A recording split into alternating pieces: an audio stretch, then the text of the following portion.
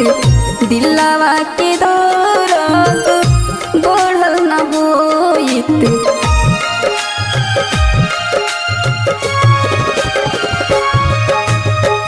तोहरा से रिश्ता जुड़ल न होइत, दिलवा के दर्द बढ़ल न होइत।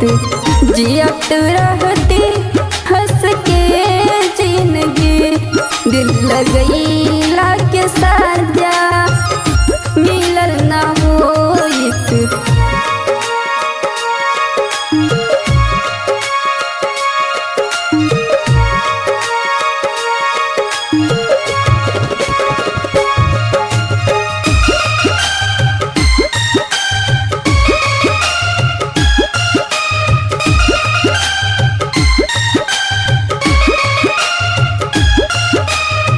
मिल गईल दर्दिया रोवत नैन हो, कैसे रह पाएबू देखी दूसरा के संग हो।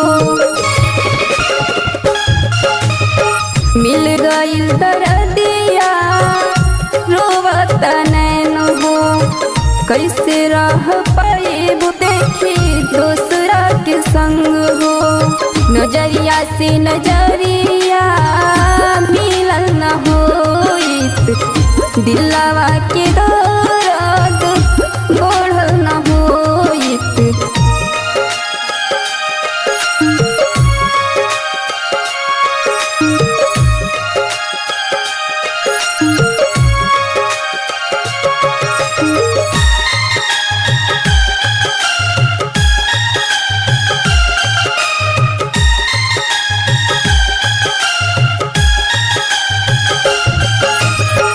दिलवा के दर्द तनिको न सहाता, का कोई हाल अब जियलो न जाता।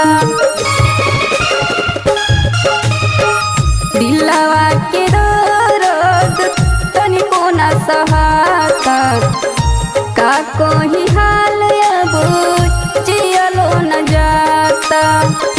सोनू पिना दिलवा के दर्द